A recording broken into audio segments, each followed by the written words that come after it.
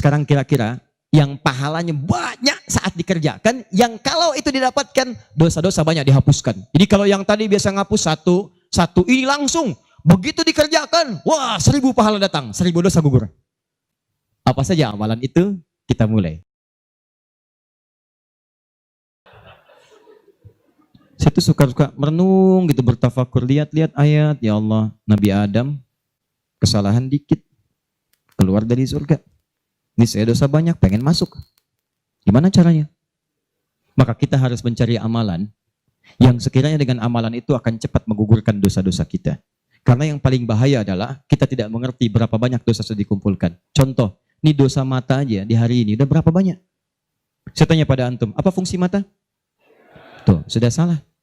Mata bukan melihat, kalau cuma melihat, kambing juga melihat. Elang melihat. Bahkan mata elang sering saya katakan lebih tajam dibanding mata kita. Elang tuh naik sampai ke atas tinggi lewatin gunung. Anak ayam kelihatan. Antum naik pesawat sampai ke atas, anak sendiri gak kelihatan. Gak percaya, besok silahkan cek aja naik. Tapi persoalannya mata kita dihisap, mata elang enggak. Buka Quran surah ke-17 ayat 36. Paling kanan sebelah bawah. Wala taqfu ma laysa laka bihi ilmun innas sam'a wal basara wal fuada kullu ulaika kana anhu mas'ula. Hati-hati kata Allah, jangan mengikuti sesuatu yang belum kita tahu, karena semua unsur sumber pengetahuan akan ditanya. Telinga akan ditanya, mata akan ditanya. Maaf, hati kita, pikiran kita akan ditanya.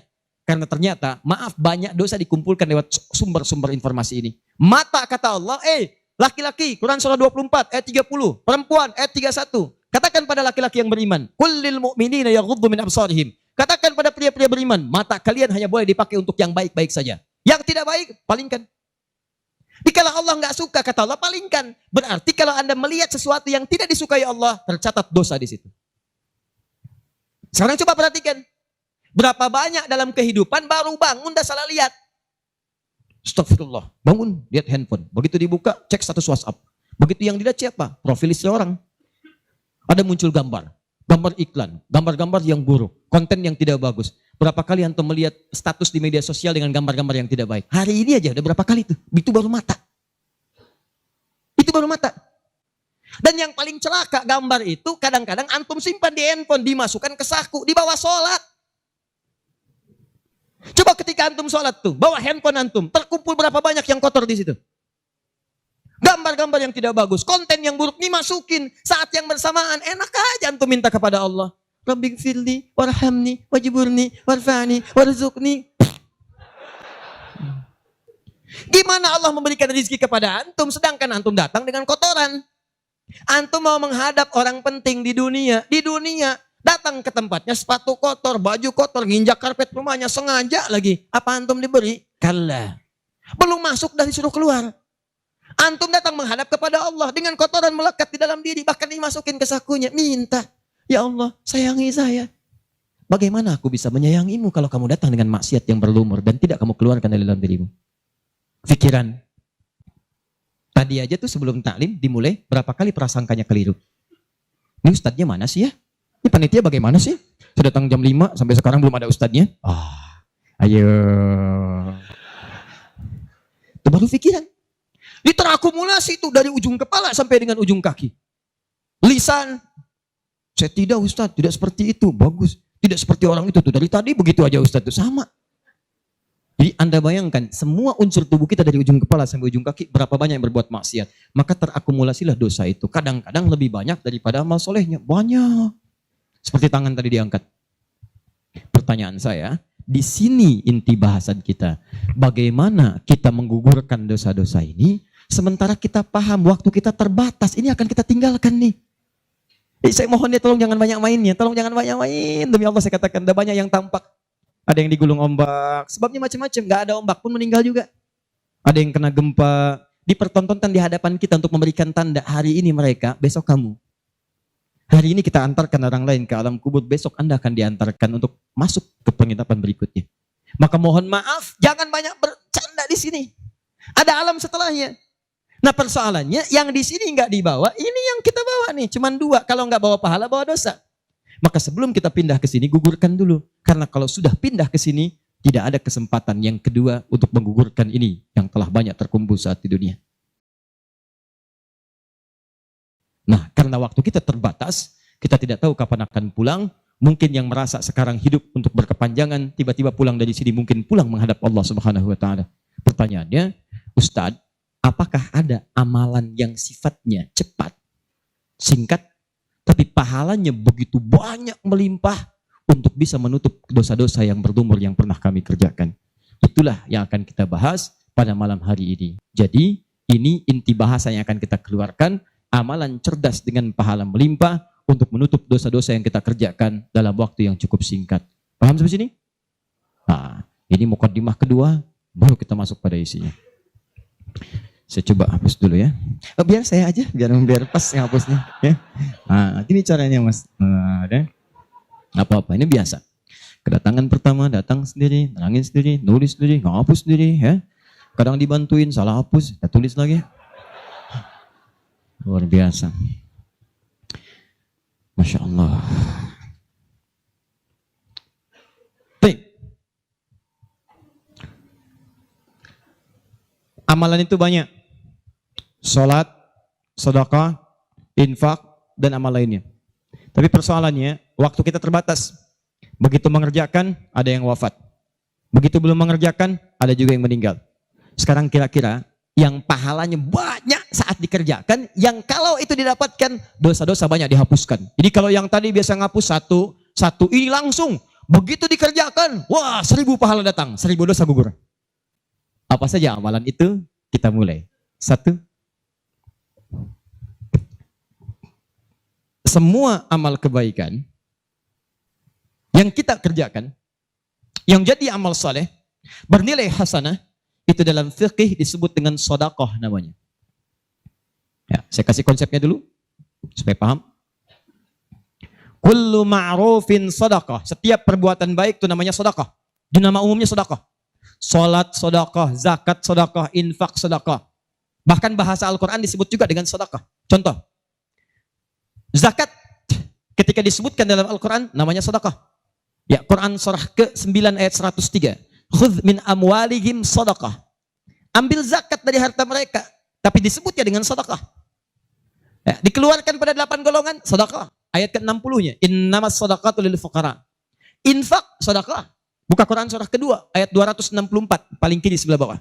Ya ayyuhalladzina amanu la tubtilu sadaqatikum bil manni wal adha. Jangan kalian batalkan sedekah-sedekah kalian dengan perbuatan yang merusak. Apa contohnya? Kalladzi yunfiqu malahu ria'an nas, seperti orang infak yang ria. Jadi infak disebut dengan sedekah. Di semua perbuatan baik kita, salat kah, haji kah, umrah kah, puasa kah, semua namanya sedekah dalam fikih. Nah, sedekah ini kemudian oleh Nabi dibagi kepada 2 bagian. Ya. 1, ada sedekah yang saat dikerjakan itu pahalanya terus ngalir tuh. Terus mengalir. Bahkan dahsyatnya, maaf sekali, orangnya wafat pun tuh pahalanya terus datang sampai dengan kiamat. Di sepanjang di muka bumi ini belum kiamat, maka pahala akan terus datang, ngalir. Dalam bahasa Arab sesuatu yang mengalir disebut dengan jariyah. Maka muncul istilah sedekah jariyah. Sedekah jariyah. Ya, maaf, asalnya bukan amal jariyah, sedekah jariyah.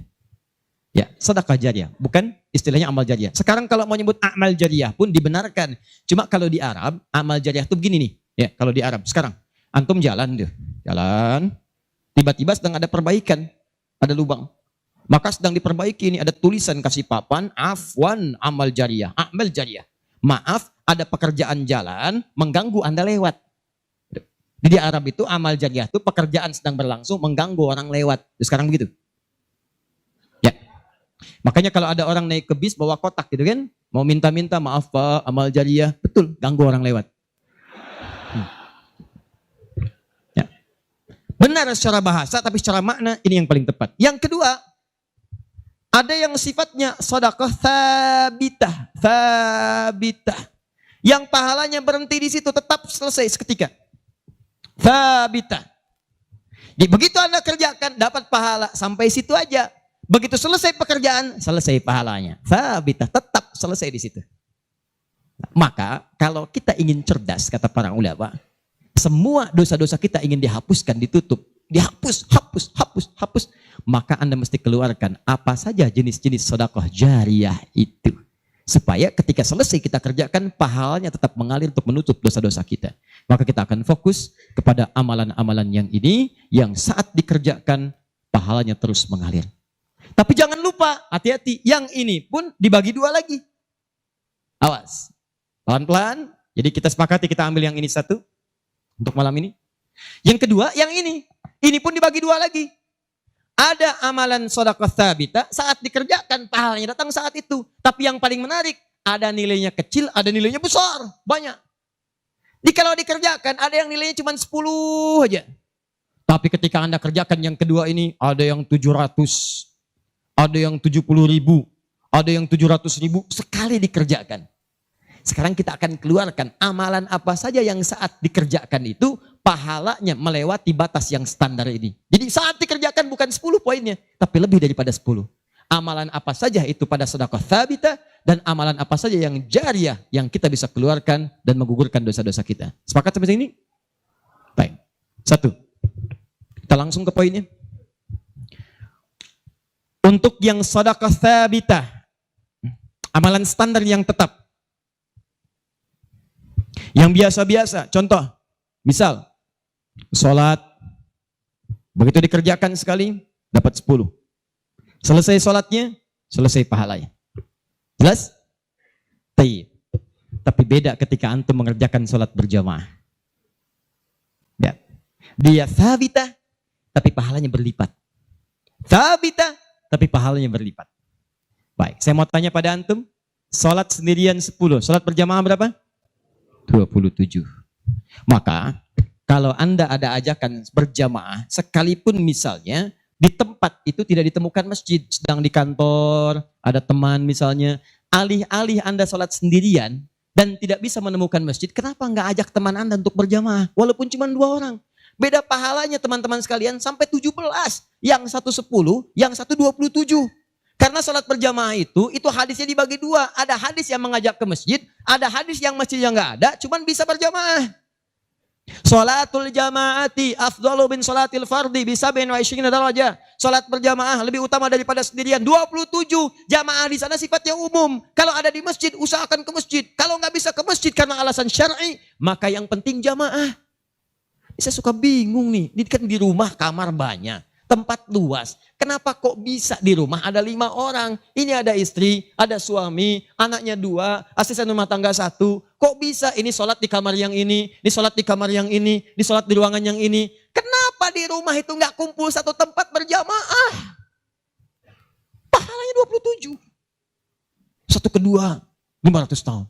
2 ketiga 500 tahun. Jadi kalau antum sedang lupa-lupa tuh, ingat-ingat dosa. Daripada milih sendirian cuma 10, berapa dosanya pada saat itu? Boleh jadi pahala sholat antum 10, tapi dosanya pada hari itu 20. Tuh. Bagaimana cara nutupnya? Maka biasakan naikkan.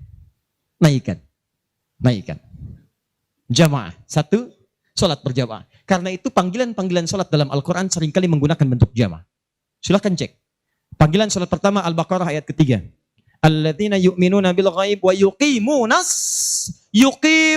tunaikan dengan orang banyak, bentuk jamak.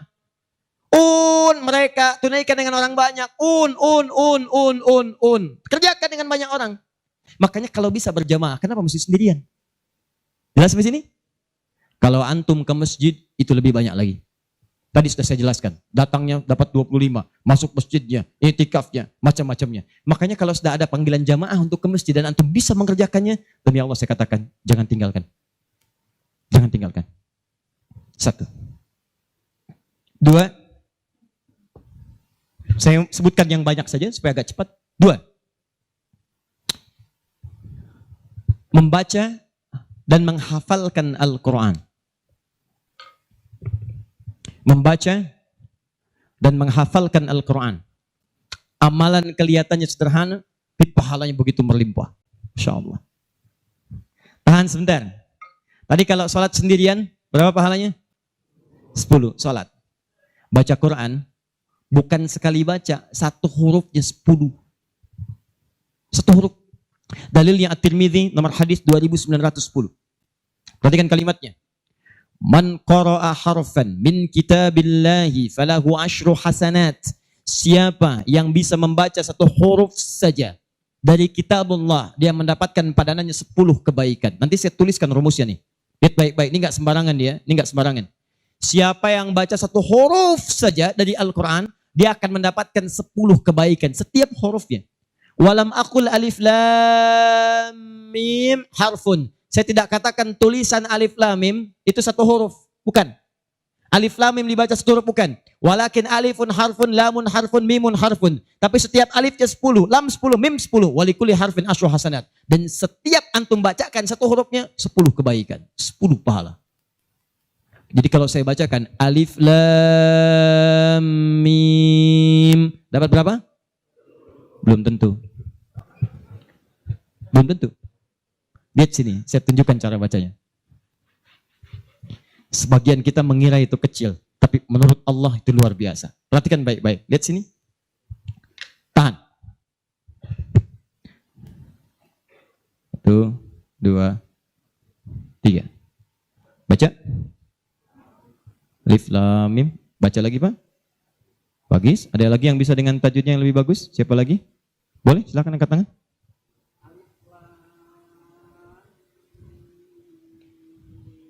Baik sekali. Ada yang lain? Ya.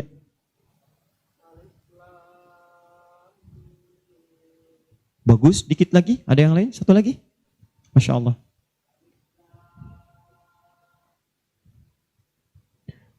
Bagus sekali. Cuman sayang ini bukan alif lam mim, ini alam. Alam nasyrah laka sadrak.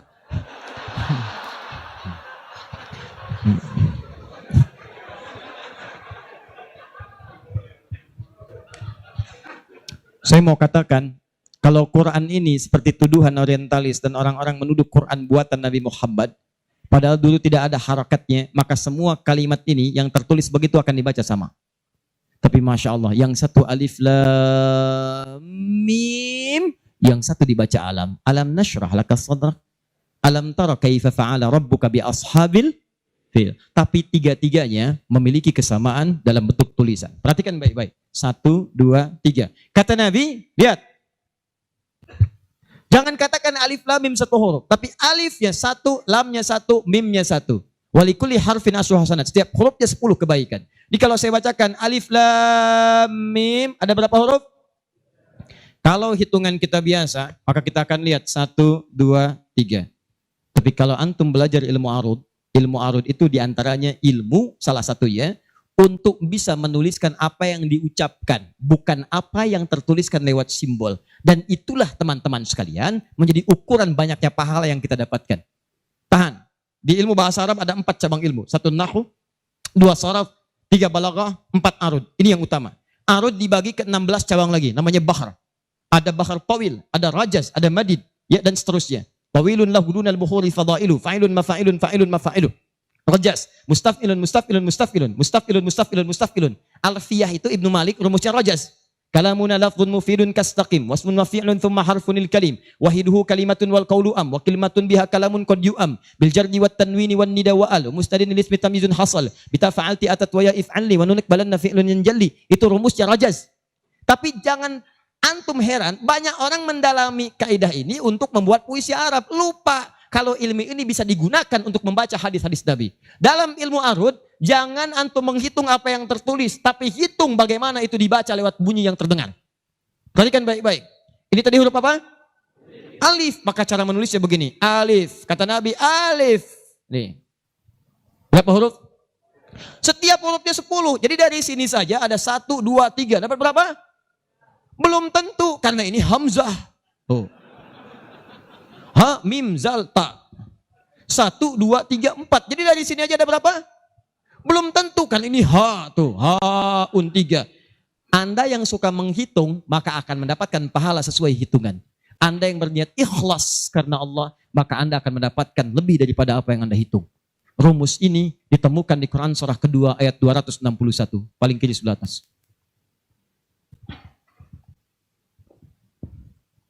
Tahan, tahan. Pelan-pelan. Ini rumus adanya di ayat infak. Tapi cara menerapkannya di semua kategori cara kita beramal. Orang kalau berinfak tahunya dapat 700. Matsalul ladzina yunfiquna amwalahum fi sabilillah kamatsali habba. Orang yang infak di jalan Allah seperti menanam satu benih. Ambatat sab'a sanabil. Satu tumbuh jadi 7 tangkai. 1 kali 7, 7. Fi kulli sumbulatin mi'atu habba. Setiap tangkainya ada 700, ada 100 benih. Ada 100 buah lagi. 7 kali 100, 700. Ayatnya suka dipotong sampai sini. Kalau Anda infak sekian, kalikan 700. Lupa, ayatnya belum selesai. Wallahu yudha'ifu liman yasha. Dan Allah akan melipat gandakan amalan tanpa batas bagi siapa yang tidak pernah berhitung. Jadi kalau Anda baca Qur'annya hitung-hitungan, ini dosa hari ini berapa nih dikerjakannya? Oh 9, Masya Allah 9. Cukup 1 huruf aja. Nun. Tutup. 10. Besok dosa berapa? 15. Cukup 2 huruf. Toha. Selesai. Kalau Anda ngitungnya begitu, maka diberikan sesuai hitungan. Tapi kalau Anda tidak pernah berhitung, Allahu Akbar. Anda tidak tahu alif lam mim itu mungkin nilainya 30, mungkin 300, atau bahkan 3 juta, atau lebih daripada itu. Makanya kami sarankan, kalau Anda bisa mendekat kepada Al-Quran, maka tolong agendakan setiap hari. Semua sahabat itu punya agenda, Pak. Antum kenal gak Utsman bin Affan? Oh, situ tidak sana ngangguk. Coba di Semarang kenal Utsman bin Affan. Luar biasa. Tapi gak apa-apa, masih bagus. Kemarin saya baru dari Sukabumi, Hubud Dunia. Ada yang kenal Fir'aun. Ini masih untung Utsman. Tuh lihat ya. Utsman itu bukan cuman cerdas dalam urusan bisnis dunia, tapi tijarah akhirat itu luar biasa. Utsman paham, saya di dunia boleh kaya, tapi di akhirat bagaimana status saya? Maka beliau siangnya mengumpulkan harta dunia untuk ibadah, malamnya mengumpulkan pundi-pundi akhirat. Demi Allah saya katakan, Utsman itu di antara sahabat yang disebutkan oleh Imam An-Nawawi bersama Abdurrahman bin Auf, bersama Tamim Ad-Dari, yang diikuti kemudian oleh Imam Asy-Syafi'i generasi setelahnya, jauh setelahnya, itu punya amalan kalau malam terbiasa menghatamkan Al-Quran dalam tahajudnya. Khatam Quran. Kaya, sahabat Nabi, menikahi 2 putri Nabi, 1 meninggal dan menikah lagi, disebut Dzun Nurain. Kayanya luar biasa, asetnya setelah 15 abad sampai sekarang masih ada. Yang hebat, siang-siang jadi orang kaya, malam-malam jadi hamba yang sangat taat dan kaya akhirat. Coba bandingkan dengan kita sekarang. Menantu Nabi? Bukan. Kaya, enggak sekaya Utsman. Tuh, status dunia belum sempurna. Status akhirat masih belum maksimal. Ya antum sebetulnya maunya apa? Utsman sholat malam, ngikut Nabi, kaki bengkak. Antum pengen ke surga Firdaus malam, mata bengkak. Ya. Ini nih. Ayo update. Ustadz, tapi kan saya belum lancar. Tambahkan hadisnya, lipatkan nomor hadis 2920. Awas, lihat kalimatnya. Walladzi yatata'ta wa huwa alaihi syaq falahu ajran. Siapa yang memulai menghafal, membaca, siapa yang mulai membaca Al-Quran tidak lancar, terbata-bata bacanya, mengejaknya. Orang baca alif lam mim, dia alif lam mim falahu ajran, maka dia mendapatkan 2 kali lipat dari orang yang lancar. Orang lancar misal 30, dia 60. Terima kasih ya Allah, kalau begitu besok saya nggak lancar aja bacanya. Oh, bisa. Itu tidak lancar yang direncanakan. Yang lancar diikuti oleh malaikat ma'asyafaratil kirabil barara. Yang belum lancar diapresiasi karena perjuangan kesungguhannya. Bacaannya dapat nilai, perjuangannya mendapatkan nilai di sisi Allah Subhanahu wa ta'ala. Karena itu saya sarankan, maaf, mulai sekarang antum bikin kurikulum. Nih, 1 tadi, bikin table begini. Nih, saya katakan pada teman-teman juga yang di Bekasi, yang di Jakarta, ya, saya kasih 2 amalan dulu nih. Mulai sekarang antum bikin begini. Tahan ya, teman-teman sekalian, nanti saya sampaikan bagaimana seorang Mu'adz, orang Mesir, baru kecil belum balik sudah menyiapkan amalan ini. Punya program. Nih. Harinya, nomor. 1, 2, 3, dan seterusnya. Ini misalnya harinya apa besok. Amalannya apa? Mulai dengan sholat di sini. Jamaah. Ini tadi bacaan Al-Quran. Kalau bisa, saya sarankan setiap hari mulai menghafal. Walaupun cuma 1 ayat. Usahakan menghafal. Demi Allah saya katakan, pahala menghafal Quran lebih banyak daripada baca. Paling minimal 4 kali lipat. Karena itu ayat menghafal disebutkan 4 kali dibandingkan ayat baca. Silahkan cek Quran surah ke-54. Ayat 17, ayat 22, ayat 32, ayat 40. Saya ulangi. Ayat 17, ayat 22. Ayat 32, ayat 40. Ada? 17, 22, baik. Kemudian 32 dan 40. Kenapa ketawa? Benar kan? 4 ayat 17, ayat 22, kemudian ayat 32 dan 40. 17, 22, 32, 40. Berapa kali disebutkan? Walaqad yassarnal Qur'ana lidzikri. Sungguh telah kami mudahkan Al-Quran untuk dihafalkan, diingat. 4 kali disebutkan. Ya, maka ada yang menyebutkan menghafal Quran itu keutamaannya 4 kali dibandingkan dengan sekadar membaca. Baca. Orang baca itu biasanya cuma sekali. Dzalikal kitabu la raiba fih hudal lil muttaqin. Sekali. Tapi orang menghafal jangan harap sekali. Dia akan terus mengulang. Dzalikal kitabu la raiba fih la raiba fih. ذلك الكتاب لا ريب فيه ذلك الكتاب لا ريب فيه هدى للمتقين ذلك الكتاب لا ريب فيه هدى للمتقين ذلك الكتاب لا ريب فيه هدى للمتقين. Pertanyaan saya, berapa banyak pahala didapatkan? Berapa huruf dia bacakan? Makanya kalau antum ingin melipat gandakan pahala dengan banyak, dalam satu hari antum punya agenda. Boleh antum baca, misal target sehari saya baca misal 1 halaman dan hafalkan 1 ayat.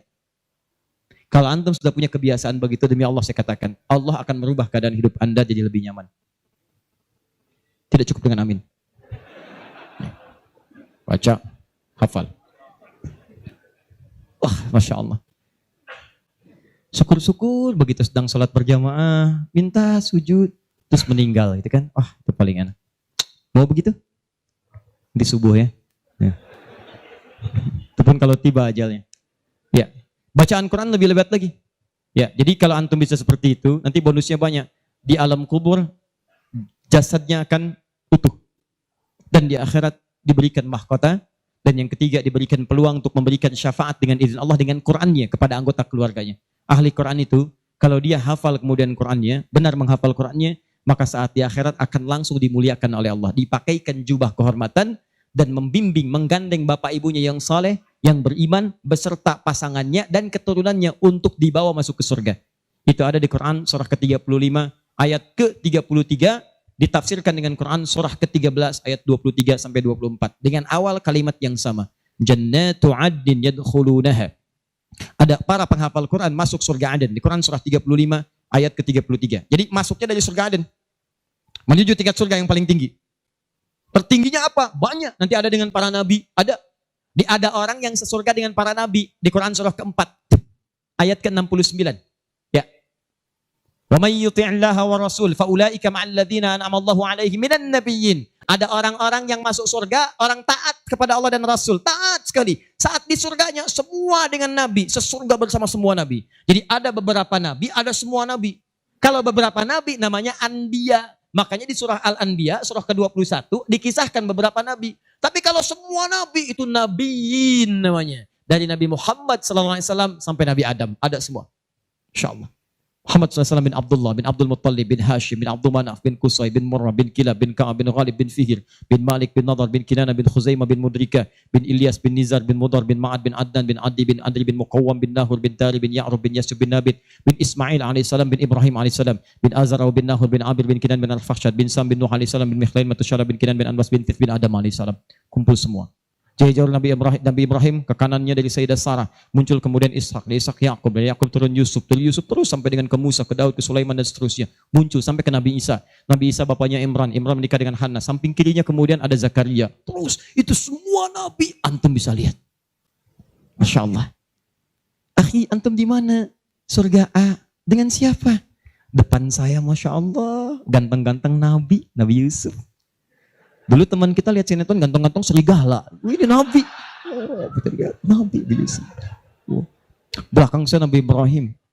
Depan kiri saya Nabi yang punya tongkat jadi ular. Nabi Musa alaihissalam. Kanan saya Nabi yang sangat saya rindukan. Nabi Muhammad SAW.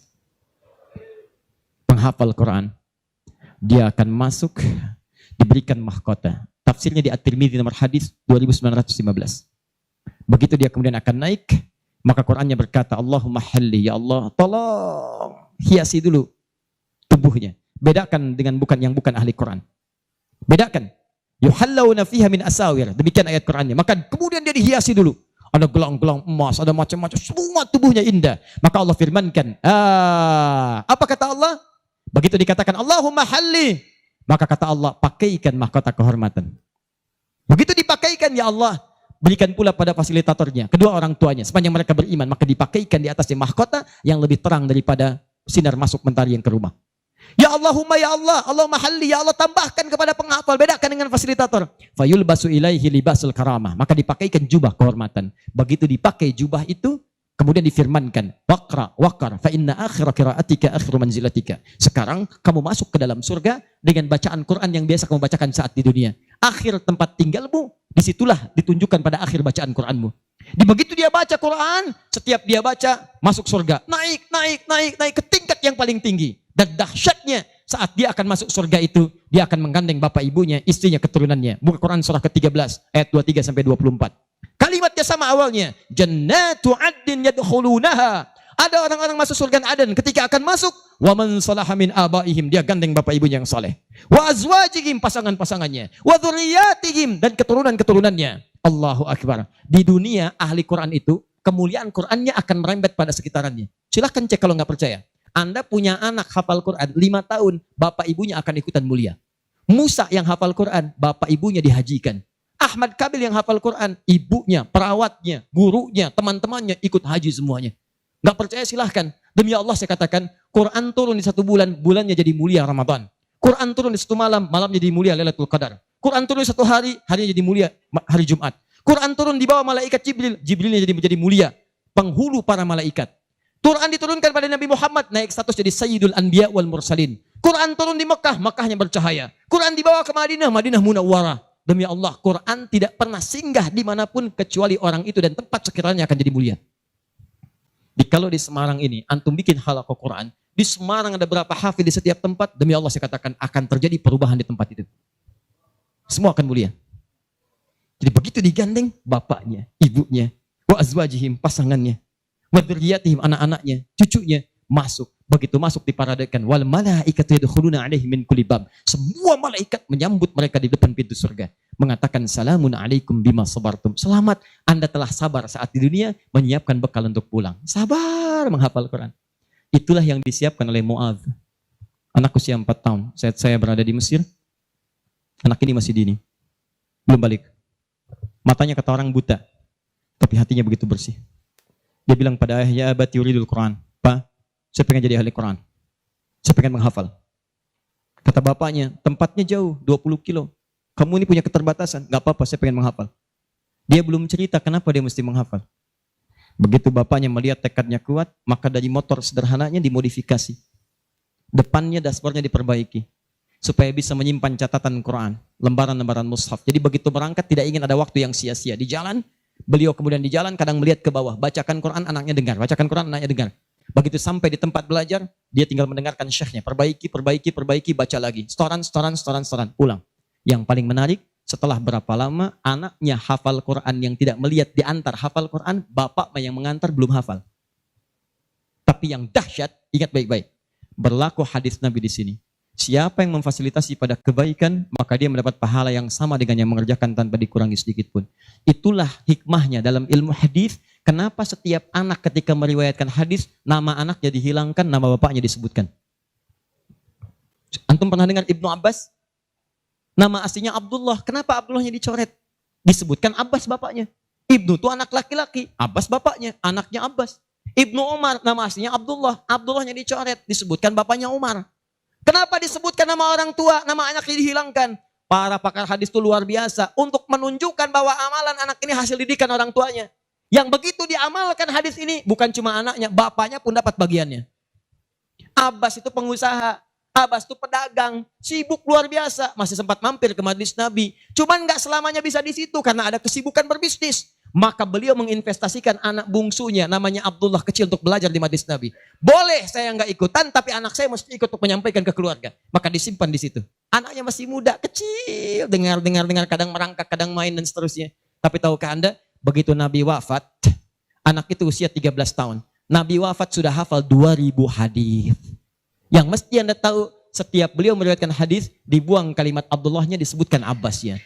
Karena peran ayahnya yang mendidik dengan baik, maka setiap hadis ini disebutkan Abbas ya dapat, Abdullah kecil dapat. Semuanya dapat. Demikian dengan Quran. Bapaknya mengantar belum hafal, anaknya hafal. Begitu sudah hafal, di sini saya mau sebutkan. Perhatikan baik-baik. Datang reporter Kuwait. Dengar kisahnya. Begitu ditanya, kenapa Anda mau menghafal Quran? Perhatikan jawabannya. Nih, yang mau saya katakan. Saya menghafal Quran untuk mencari bekal bagi saya pulang. Saat saya menghadap kepada Allah sendirian, tangan saya bergetar, kaki saya bergetar. Saya tidak akan ditemani lagi oleh ayah yang mengantarkan saya dalam hafalan. Ibu saya tidak akan menemani, saudara saya tidak akan menemani. Saya akan sendirian bersama Allah. Ini anak masih kecil, mata nggak bisa lihat, belum balik, sudah punya pikiran demikian. Kalimatnya apa selanjutnya? Kata beliau, saya akan katakan di hadapan Allah dengan perasaan gemetar. Ya Rabb, jika memang bekal saya belum cukup untuk mendapatkan ridhamu sampai saat ini, maksudnya surga, maka mohon ya Allah, kurangi siksaan saya di neraka dengan Quran yang telah saya hafalkan ini. Ya Rabb, jika bekal saya belum cukup sampai saat ini untuk mendapatkan ridhamu, saya telah berhafal Quran ya Allah. Saya telah berusaha menghafal Quran untuk saya bawa sampai dengan saat ini. Kalaupun itu belum cukup mendapatkan ridhamu untuk masuk surga, tolong ya Allah, walaupun saya ke neraka, kurangi siksaan saya di neraka dengan Quran yang telah saya hafalkan. Anak buta, mata belum bisa melihat, keadaan demikian, belum balik, dia sudah mencari bekal untuk pulang. Duhai Anda yang katanya pengen ke surga, surganya Firdaus, pengen bersama Nabi, demi Allah saya katakan, dari 24 jam Allah berikan pada Anda, berapa yang sudah Anda siapkan mencari bekal akhirat? Ayo kumpulin dunia, ayo silakan, silakan, gak ada yang larang. Cuma satu saat, Anda akan lihat siapa yang tertawa, siapa yang tertunduk lesu membawa catatan amalnya. Itu saya sarankan bagi Anda, ayo besok bikin. Nih, sholat mau di mana? Baca Quran mau berapa ayat? Hafalan mau berapa ayat? Mesti beda. Antum lahir belum hafal Quran wajar, masa pulang pun gak ada yang dibawa? Ayo bawalah walaupun cuma satu ayat. Ya, saya satu surat Ustaz, An-Nas, tambah. Ya, jelas? Kalau sudah jelas, amalan ketiga, saya cepat. Tenang ya, katanya pengen sampai subuh. 3, saya cepat. Setelah ini saya ke ujungnya. Kita sebentar lagi berakhir. Ketiga, infak. Infak. Masih ingat teman-teman? Kalau yang standar tadi, berapa pahalanya? 10. Infak paling minimal 700. Infak paling minimal 700. Allahu Akbar. Dalilnya Quran surah kedua ayat 261. Paling kiri sebelah atas. Tadi saya bacakan. Mathalul ladzina yunfiquna amwalahum fi sabilillah kamathali habbatin ambatat sab'a sanabil fi kulli sumbulatin mi'atu habba. Wallahu yudha'ifu liman yasha' wallahu wasi'un 'alim. Perumpamaan orang infak di jalan Allah. Infak itu, ini yang perlu saya luruskan. Tidak harus menggunakan uang. Infak itu pemberian bersifat materi. Makanan itu infak, pakaian itu infak, buah-buahan itu infak. Silahkan berbagi, walaupun gak ada uang, bisa kita gunakan dengan yang lain. Cek, kalau antum main ke Eropa, ada rezeki main misalnya, main ke Auckland, ke New Zealand. Ya, di situ ada donation itu bukan cuma dengan uang, food. Kadang mereka kasih dengan makanan. Ada yang nyimpen ciki, kotaknya di situ. Di kotak infak itu, kotak dalamnya ada ciki, ada beras, dan macam-macam. Sampingnya ada yang uang. Cuman mesti dilihat dulu bagaimana bentuk kotaknya. Ya, kalau kotaknya belahan kecil, itu pasti uang. Bukan beras. Oh ini beras nih, dibuka dulu karungnya diginikan. Tidak bukan. Silakan bebas. Ya, dan itu nilainya tinggi. Kadang-kadang antum lupa di majelis ilmu ada snacknya, walaupun cuma kurma dapat 2, bagi 1 dengan teman. Air misalnya tidak harus semua oleh antum. Bagi, begitu antum bagi langsung dituliskan 700 kali lipat paling minimal. Demi Allah saya katakan paling minimal 700 kali lipat. Makanya zaman Nabi, itu ada satu keluarga yang berlomba tuh mendekatkan diri pada infak, walaupun dirinya kekurangan. Agak aneh tuh cara berpikirnya. Ya, jadi kalau dibandingkan manusia sekarang nggak dapat tuh, nggak dapat. Saya mau tanya begini, antum di rumah persediaan, antum punya anak 2. Antum dengan istri, 1 suami, 1 istri, 2 anak. Di rumah ada persediaan makanan untuk 2 anak antum saja. Antum aja nggak makan malam itu, cuma ada anak 2. Untuk mereka, kalau nggak makan, mereka bisa nahan lapar semalaman. Tiba-tiba antum ditawarkan oleh seseorang, ada tamu nih, mau nggak dijamu di rumah? Bisa nggak? Pertanyaan saya, kalau ada orang yang datang seperti itu ke tempat antum, Mas, ini ada tamu, saya nggak bisa jamu. Bisa nggak antum jamu? Di rumah antum cuman ada makanan untuk anak-anak, antum pun nggak bisa makan. Pertanyaan saya, dijamu nggak teman itu? Kenapa diam? Hai ahli surga. Kenapa diam? Lihat cara berpikirnya. Kalau cara berpikir kita hanya ke makanan saja, maka kita katakan, Ustadz, anak saya aja dapatnya makanan seperti itu, kami pun nggak makan. Bagaimana bisa diberikan pada tamu? Tapi cara berpikir Tolhah dan keluarganya agak beda. Begitu Nabi katakan ada tamu, kita datang langsung angkat tangan. Duluan ngangkat, padahal yang lain banyak yang punya banyak makanan. Tapi cara berpikirnya, kapan lagi saya dapat 700 lebih? Kapan lagi saya dapat diangkat langsung tangannya? Ya Rasulullah saya. Sebelum yang lain ngangkat, angkat tangannya. Maka diantar kemudian ke rumahnya. Sampai di rumah, istrinya dikatakan, duhai sayang, ada titipan Rasulullah. Bahasanya bukan ada tamu, ada titipan Rasulullah. Allahu Akbar. Ada titipan Rasulullah. Maka istrinya langsung membaca, saya paham. Saya bertugas menidurkan anak-anak dulu, tidurkan. Yang suaminya menyiapkan makanan.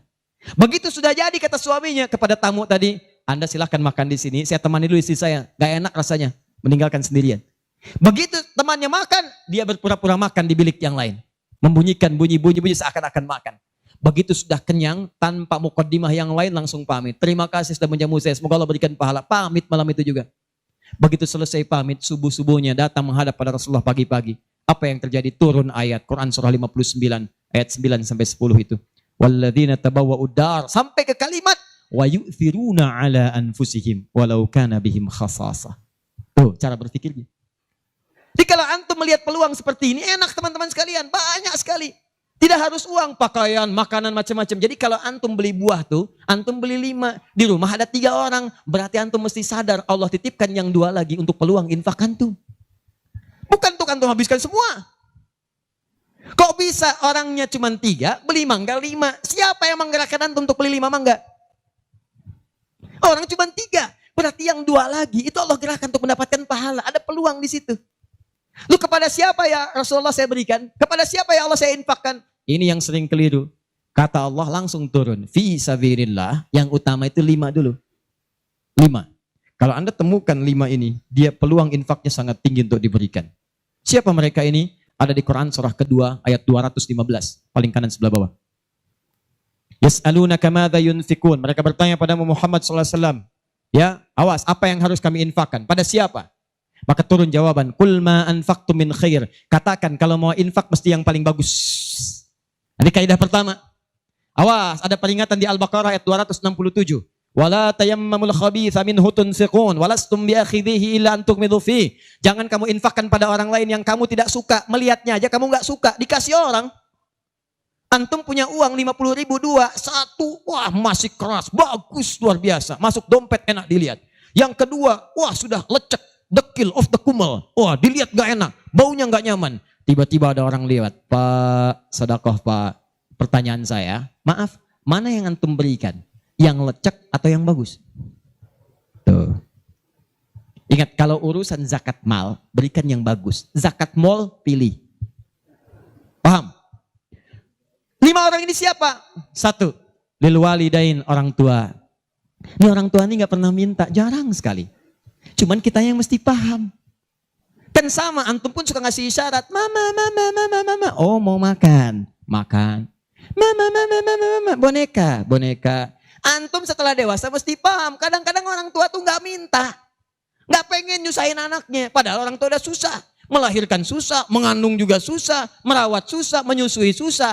Sudah dewasa pun antum masih susahin juga. Kapan antum berbaktinya? Kadang-kadang cuma nanya, nelpon apa kabar. Padahal di rumahnya itu Masya Allah lagi kurang beras. Beras kurang, rezeki belum dibayar. Kirimkan, sebelum diminta kirimkan. Itu begitu antum kirimkan demi Allah saya katakan. Di hadis Al-Bukhari, di kitab Al-Adabul Mufrad. Bukan cuma mendapatkan lipatan pahala kalikan 700 lebih. Tapi ridha Allah turun ke tempat antum pada saat itu. Kalau sudah turun, semua doa yang antum mintakan minimal akan dijawab pada saat itu. Itu rahasianya. Kalau dengan urusan orang tua itu udah gak usah mikir. Begitu mengatakan, nah gini-gini, tenang aja mah. Walaupun gak ada, katakan, insya Allah mah selesai. Insya Allah, berusaha antum. Begitu antum dapatkan seperti orang tua mengusahakan untuk antum dulu, maka pahala dilipat gandakan, ridho turun seketika. Kejar.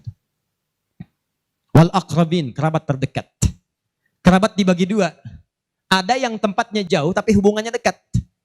Punya saudara sekandung tinggalnya di Palembang, antum di Semarang. Ayo kirimkan. Anak bibi nggak bisa nih pendidikannya. Bantu, antum ada, bantu, nilainya tinggi. Jangan dikira ringan. Nih bagian kedua nanti kalau saya terangkan banyak nih. Tenang aja, kita masih sampai subuh. Bagian kedua. Saya ikutin deh. Antum jual saya beli. Ya, cuman saya beli sampai 9:30. Paham? Ayo akrabin. Yang kedua itu maaf. Golongan kedua akrabin bisa tetangga. Orang yang tidak ada hubungan famili secara mahram cuma tetangga antum. Tapi kalau yang kedua ini, Allahu Akbar, indahnya Al-Quran. Cek oleh antum, silahkan cek. Walaupun beda agama, itu tetap ada peluang infak. Gak ada ketentuan ini kecuali di Quran. Gak ada aturan ini kecuali di hadis. Buka Quran surah ke-31 ayat 15 paling kiri sebelah atas. Ada anak muslim, orang tua belum Islam, belum dapat hidayah. Kata Allah, urusan untuk ibadah pisahkan.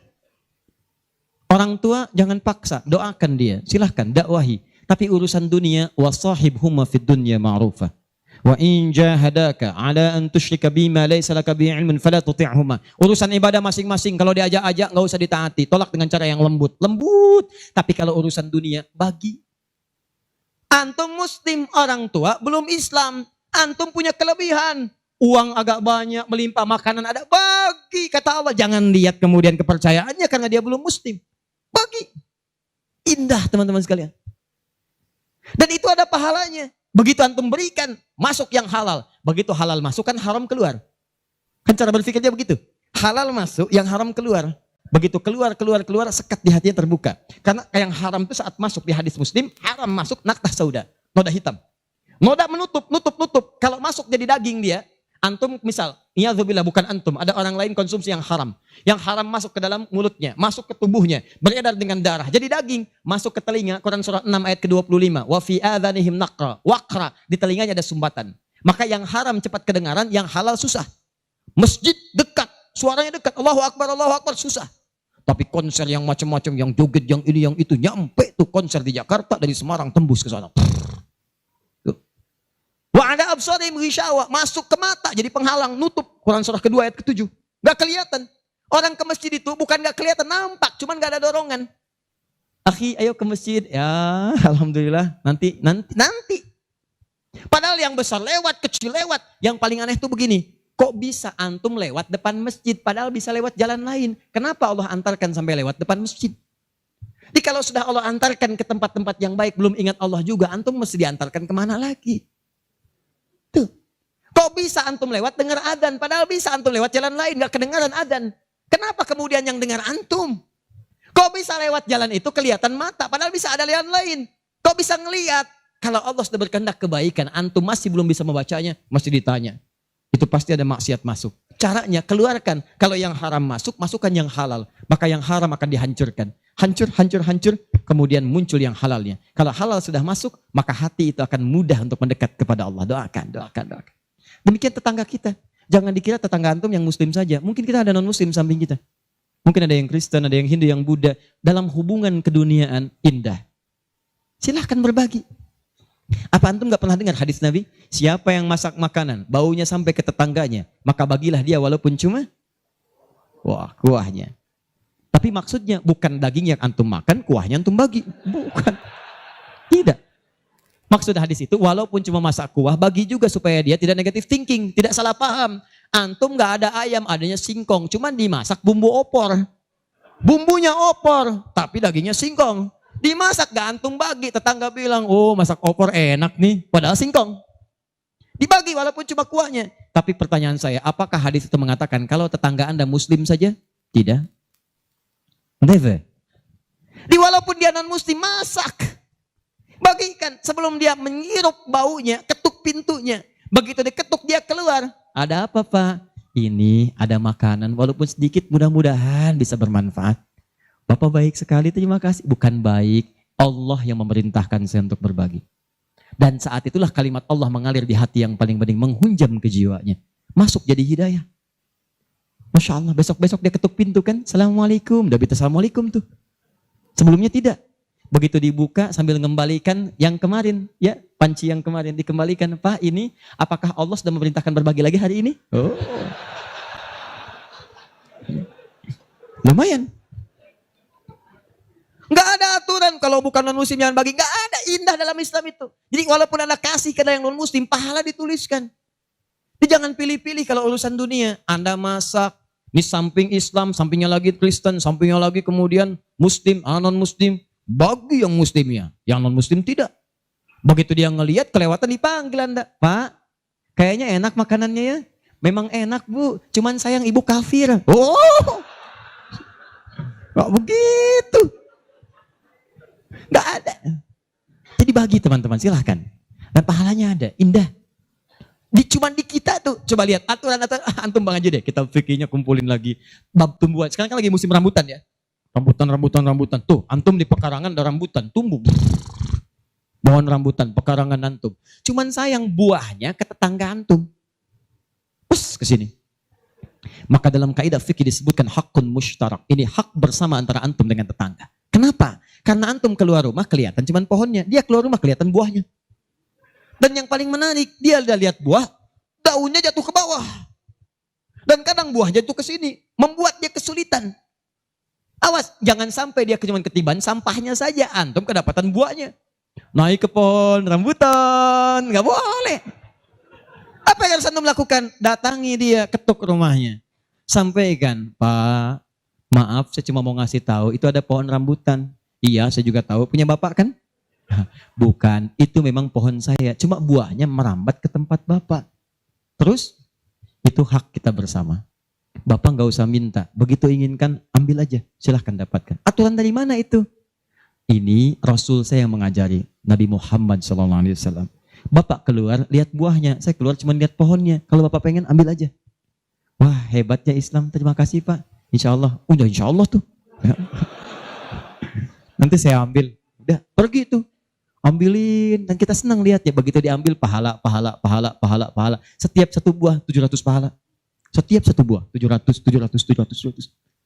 Masya Allah. Luar biasa. Dan dia kan gak paham fikih. Belum masuk Islam. Besoknya, ayam antum main ke tempat dia. Ayam.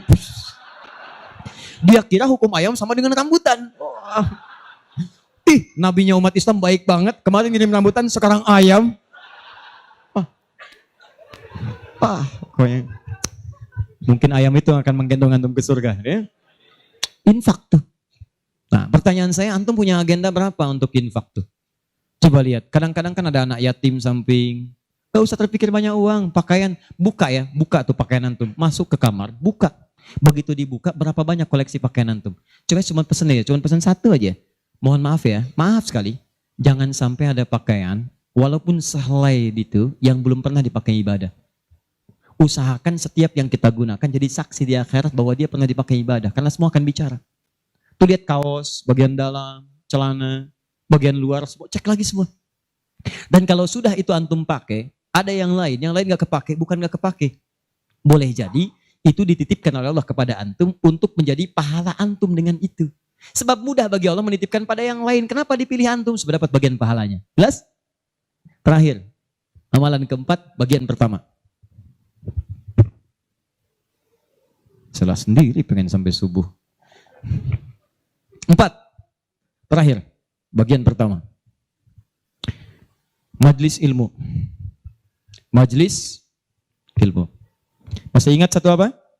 Salat berjamaah di masjid. 2. Interaksi dengan Al-Quran. 3. Infak. 4. Majlis ilmu.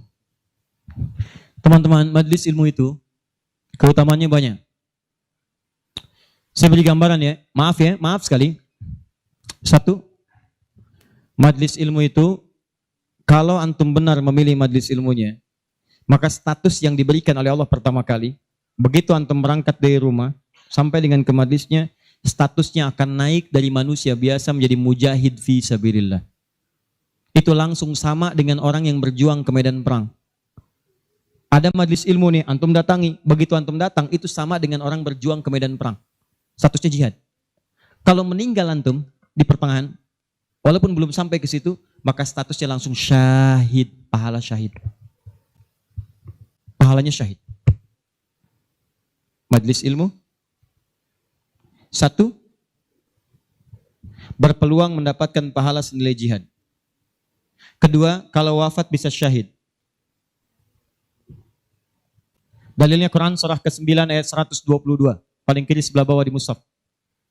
Wa ma kana al-mu'minuna liyanfiru kaffah. Kenapa mesti semua orang beriman pergi ke medan perang semua? Saya akan turunkan satu amalan kata Allah yang kalau kamu amalkan ini maka statusnya akan sama dengan orang yang berjuang di medan perang. Sama persis. Apa itu? Falaula nafara min kulli firqatin minhum ta'ifa liyatafaqahu fid din. Kenapa tidak ada sementara orang di antara mereka mau datang ke majelis ilmu untuk mempelajari tuntunan agamanya? Waliyunziru qaumahum idza raja'u ilaihim la'allahum yahdharun. Dan dia mencatat pelajaran-pelajaran itu dan dia bawa pulang, dia sampaikan pada keluarga yang tidak belajar. Perhatikan baik-baik. Ayat ini mengatakan, kata Imam Mustafa Al-Maraghi, ayat ini mengatakan bahwa menuntut ilmu itu nilainya sama dengan jihad fi sabilillah. Artinya kalau wafat penuntut ilmu maka status syahid.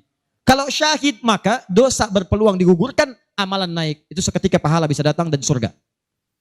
Pernah dengar seorang yang pernah membunuh 100 orang? Begitu dia mau tobat, di mana dia diarahkan?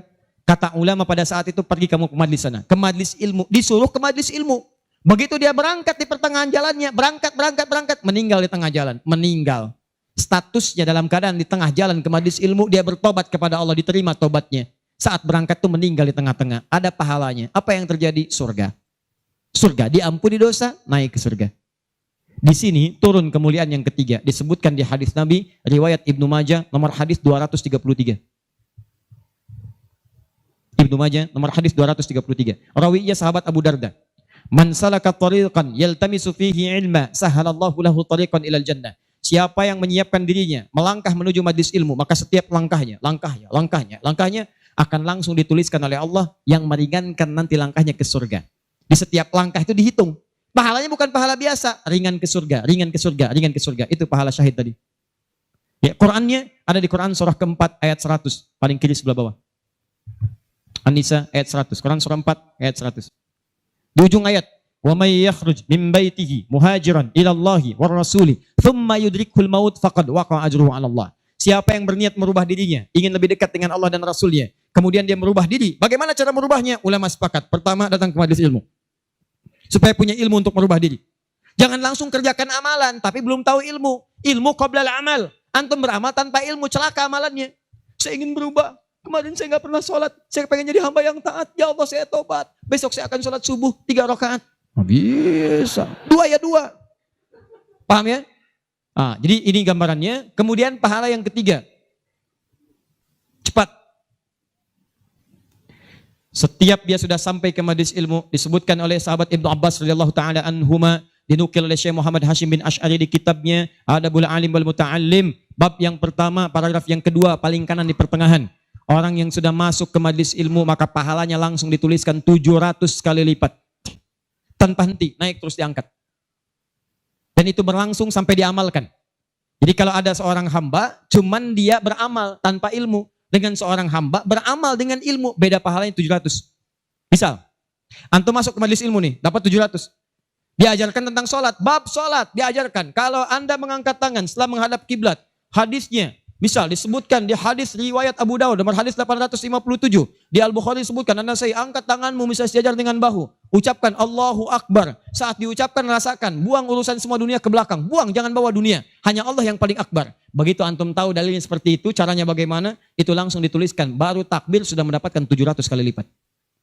Tapi kalau antum cuma sholat saja, abid, sholat, gak paham bacaan, gak paham gerakan, dituliskan cuma 10. 700 kali lipat. Ma baina darajataini khamsumi'ati sanatin. Di antara satu kedua 500, dua ketiga 500, tiga keempat 500 tahun. Majelis ilmu. 4. Di hadis yang tadi, di Ibnu Majah nomor hadis 233 dari sahabat Abu Darda, orang yang menuntut ilmu itu teman-teman sekalian langsung, ya, wa innal malaikata la tadau ajnihataha ridwan li talibil ilmi, mendapatkan ridha malaikat, mendapatkan ridha malaikat. Jadi antum jangan dikira biasa nih, dari sejak berangkat sampai ke sini itu malaikat menaungi antum, membentangkan sayapnya. Cuma memang dibuat oleh Allah gaib, gak kelihatan. Sebab kalau kelihatan gak akan jadi datang ke sini antum. Baru keluar rumah malaikat tuh begini. Siapa? Malaikat maut. Paham ya? Baik. Nah, dari semuanya ini puncaknya teman-teman sekalian, puncaknya derajat antum akan diangkat oleh Allah. Diangkat. Dua. Satu karena ilmunya, kedua karena imannya. Dalilnya Quran surah ke-58 ayat 11. Yarfa'illahu alladhina amanu minkum walladhina utul ilma darajat. Jadi saran saya dengar ini ada 46 majlis taklim berkumpul di sini.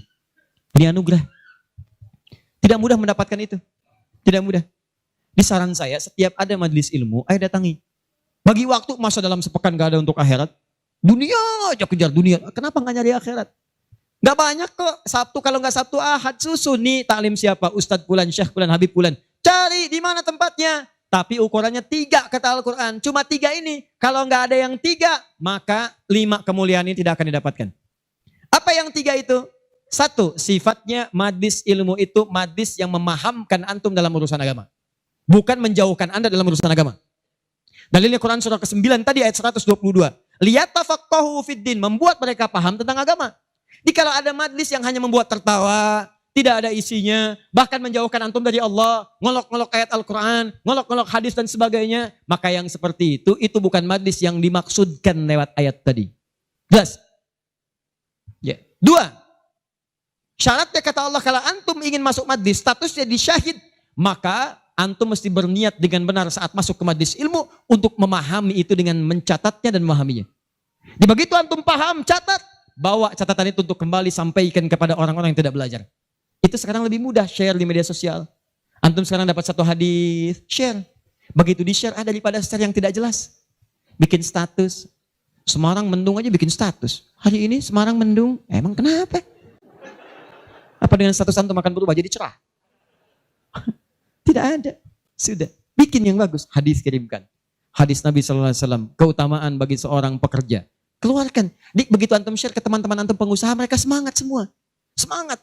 Antum jangan lupa begitu diinjakan kaki bekerja karena Allah, setiap tapak itu pahala. Kirimkan ayatnya. Kawan-kawan, Quran surah ke-4 ayat 34. Berita gembira untuk kita. Niatkan yuk karena Allah. Begitu di-share, mereka lihat 10 orang meniatkan karena Allah. Antum dapat bagian pahalanya tanpa dikurangi sedikit. Kirim. Jelas? Nah, ini kalau gitu antum kurunkan majlis ilmu mana di sekitaran Semarang, siapa ustadznya, siapa syekhnya yang bisa mengangkat iman, bukan cuma datang, bisa mengangkat ilmu. Ya, lihat, ini saya sedikit detilkan nih. Maaf ya, sedikit aja. Saya sedikit detilkan. Mengangkat ilmu dan iman itu bersamaan disebutkan. Yarfa'illahu alladhina amanu minkum walladhina utul ilma darajat. Jadi kalau ada majlis imannya mengangkat tapi ilmunya tidak, maka ini pun belum seimbang. Atau ilmunya luas tapi iman gak terangkat. Ini jadi masalah. Apa ciri orang terangkat imannya? Maka dia gemar menunaikan amal soleh. Maka jika Anda menemukan majlis-majlis mendorong Anda mengerjakan amal soleh, ikuti majlis itu. Dan saya katakan pada Anda, kalau materi saya tidak membuat Anda dekat dengan Allah, membuat Anda terbuka untuk beramal soleh, tinggalkan saya. Cari ustadz yang lebih baik. Saya bukan ustadz seperti yang disyarat oleh Al-Quran. Cari majlis lain. Tapi cari ustadz-ustadz yang membuat Anda dekat dengan Allah. Cari. Kedua, ilmu Anda meningkat. Ilmu meningkat itu apa cirinya? 2 cirinya. 1, dengan ilmu itu memudahkan Anda ibadah. Misal, sholat. Belajar sampai paham bacaan dan gerakan sholat. Supaya mudah ibadahnya, khusyuknya dapat. Ini kan ada sindiran di Quran. Kata Allah, banyak orang sholat gak paham bacaan dan gerakan sholat. Ayo jujur, katakan pada diri sendiri. Sampai sekarang malam ini, berapa persen bacaan sholat yang antum pahami? Jangan-jangan Anda sholat tapi gak ngerti yang dibaca. Bagaimana bisa khusyuk? Ruku gak ngerti, sujud gak paham, bagaimana bisa khusyuk sholatnya? Antum minta rezeki, isa aja 4 kali, warzukni, minta rezeki. Habis sholat minta lagi. Ya Allah mohon berikan aku rezeki. Yang tadi apa saat sholat? Warzukni. Ya bagaimana kita bisa mengerti apa yang diucapkan kalau kita tidak belajar? Makanya cari. Nak mengerti itu bahasanya paham, fikih. Makanya ada kitab sholat namanya fikih sholat, fikih umrah, fikih haji. Belajar sampai paham. Tuh lihat berapa banyak sekarang yang umrah, tapi nggak paham yang dikerjakan. Putar. Sekarang kadang suka sedih gitu. Apalagi banyak yang ria. Ria itu kan menggugurkan amalan. Begitu disampaikan, habis amal. Ini ada yang jual kebun, jual tanah, nyampe sana nggak ada nilainya. Sekarang orang aja tawaf sampai live.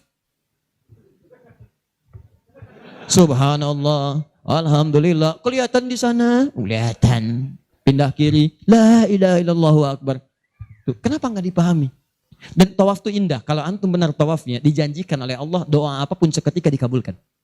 Itu rahasianya di Quran surah 19. Ayat ke-47 sampai dengan 49. Ada rahasianya. Makanya kenapa dari Hajar Aswad ke Maqam Ibrahim? Itu doa intinya. Subhanallah, Alhamdulillah, wala ilaha illallah, Allahu Akbar. Dari Maqam Ibrahim sampai Rukun Yamani, bebas mau pakai bahasa apapun. Nanti dari Rukun Yamani, pakai dengan Hajar Aswad, kenapa menggunakan Rabbana atina fid dunya hasanah? Itu ada maknanya. Bebas antum. Mau pakai bahasa Indonesia juga silakan. Mau pakai bahasa Jepang, bahasa Sunda, bahasa Jawa, bebas silakan. Minta. Kadang kasihan, minta enggak, yang dibaca enggak paham dan sebagainya. Ada tuh dulu waktu saya tugas di Saudi 2010. Ini hebat walaupun tidak harus ditiru begitu caranya, tapi dia benar. Dia minta dengan bahasanya. Di multazam dia mau, ya Allah, hamba mohon ya Allah, hamba datang ke sini minta, enggak banyak, cuman minta berikan jodoh. Hamba belum menikah ya Allah, mohon karuniakan jodoh terbaik. Depan Ka'bah di multazam, tiba-tiba datang perempuan tinggi, putih, hidungnya mancung, langsung ditunjuk kasih contoh. Kayak gini ya Allah. Saya beneran tuh, nggak bercanda. Tapi apa yang terjadi? Karena dia minta yang dibutuhkan, dia paham apa yang dibacakan, dikabulkan oleh Allah. Pulang nikah, walaupun bukan dengan yang tadi. Menikah. Ada lagi yang lain, gelantungan di multazam, langsung mengatakan, ya Allah, hamba datang ini banyak hutang. Engkau pasti tahu hamba ya Allah. Engkau mengerti hamba, kesini pun nambang hutang. Kalau tidak percaya, ini catatannya ya Allah. Benar. Pulang lunas gitu kan. Nah, dia ngerti yang dibaca. Kadang-kadang kita kerjakan sesuatu yang kita pahami, makanya yuk ngaji lagi, ngaji sampai paham. Enak kalau sudah begitu. Begitu Anda memahami sesuatu, nah ilmu naik. Kalau orang paham, itu ciri yang pertama, dibawa ke ibadah mudah. Yang kedua, perluaskan wawasan. Karena dalam fikih itu ada hal-hal tertentu yang menjadi kemudahan. Bukan harus itu saja yang dikerjakan. Babnya dalam fikih. Fikihnya nanti dalam kajian madhab. Madhab itu ada muqarin, turunannya ada pilihan. Pilihan-pilihan itu membuat kita lebih mudah. Ada yang tanpa pilihan, satu dalil, satu contoh. Itu artinya semua dipandang bisa. Contoh, angkat tangannya, begitu ngangkat tangan langsung letakkan yang telapak kanan di punggung yang kiri. Angkat Abu Daud misalnya. Begitu Anda angkat, fawadha yadahul yumna lal yusra, letakkan yang kanan telapaknya di punggung yang kiri. Antara mengangkat dengan meletakkan pakai fa, harfu atfin rabitin baina syai'aini bila hudud. Paham? Harfu atfin huruf sambung, rabitin yang mengikat baina syai'aini antara dua hal. Pekerjaan pertama dengan yang kedua bila hudud tanpa jeda. Pertama mengangkat tangan, kedua meletakkan. Antara mengangkat dengan meletakkan tanpa jeda, angkat langsung letakkan.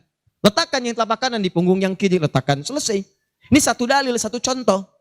Nah kalau sudah satu dalil, satu contoh, kita nggak usah kreatif.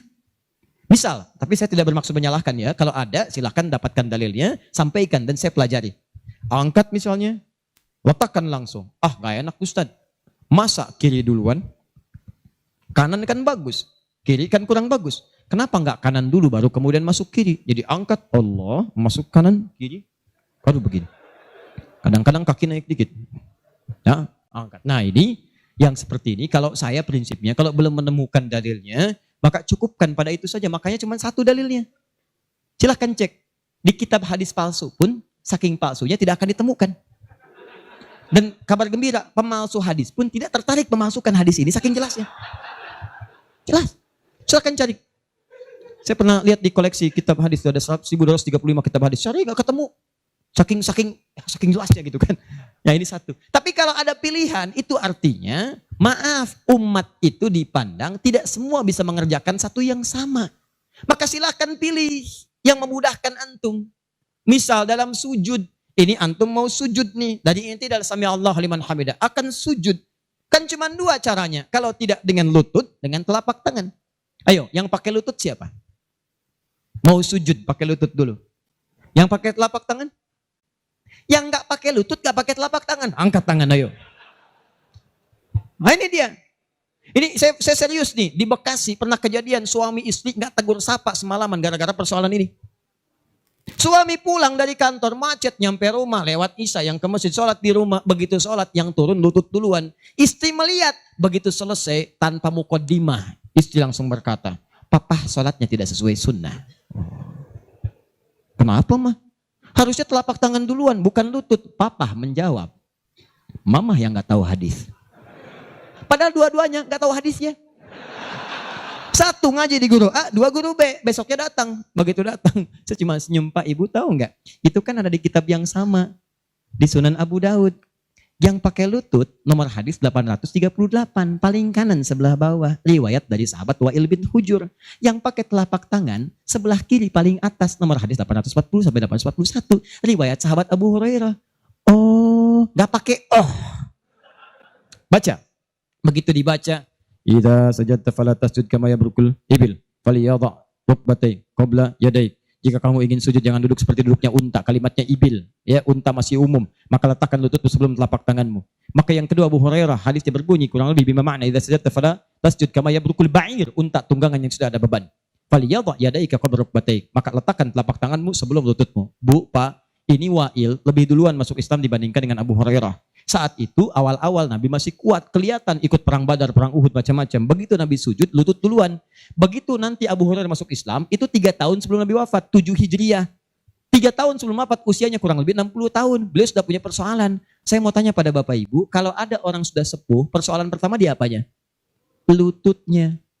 Makanya diriwayatkan kadang beliau kemudian menggunakan tongkat, kadang bersandar kepada tiang-tiang. Karena lutut mulai bermasalah, maka yang dahulukan telapak tangannya. Sebetulnya ini kemudahan Pak, Bu. Maksudnya bukan masalah tua atau muda. Antum pun jangan salah simpulkan.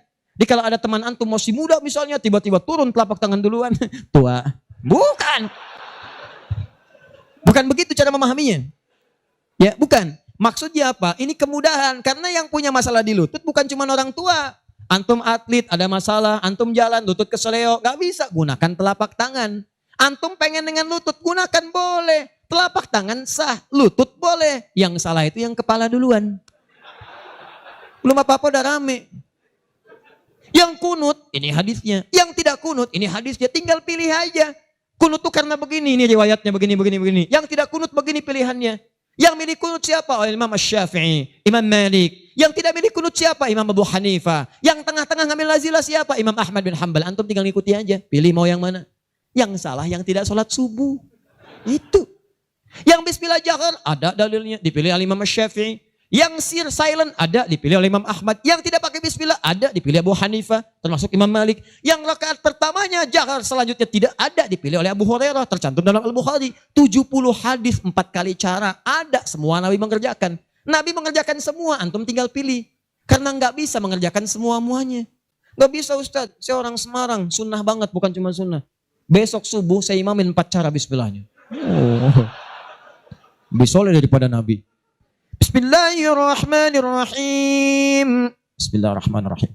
Tidak dibaca sama sekali. Oh iya. Itulah yang disebut dengan pilihan. Ma dhahaba ilaihi. Ma sesuatu dhahaba ilaihi yang condong untuk dipilih karena memudahkan. Disingkat jadi madhab. Madhab. Dari ma dhahaba ilaihi. Ada singkatan. Di Arab ada singkatan. La hawla wa la quwwata illa billah hawqala. Bahkan ayat Al-Quran itu ada ungkapan singkatannya. Bismillahirrahmanirrahim. Basmalah. Alhamdulillahi rabbil alamin. Alhamdulillah.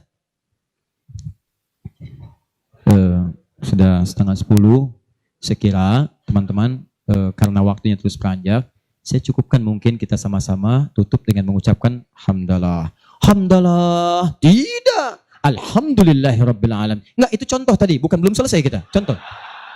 Masih sampai subuh, tenang. Nah, contoh, hamdalah alhamdulillahi rabbil alamin. Jelas?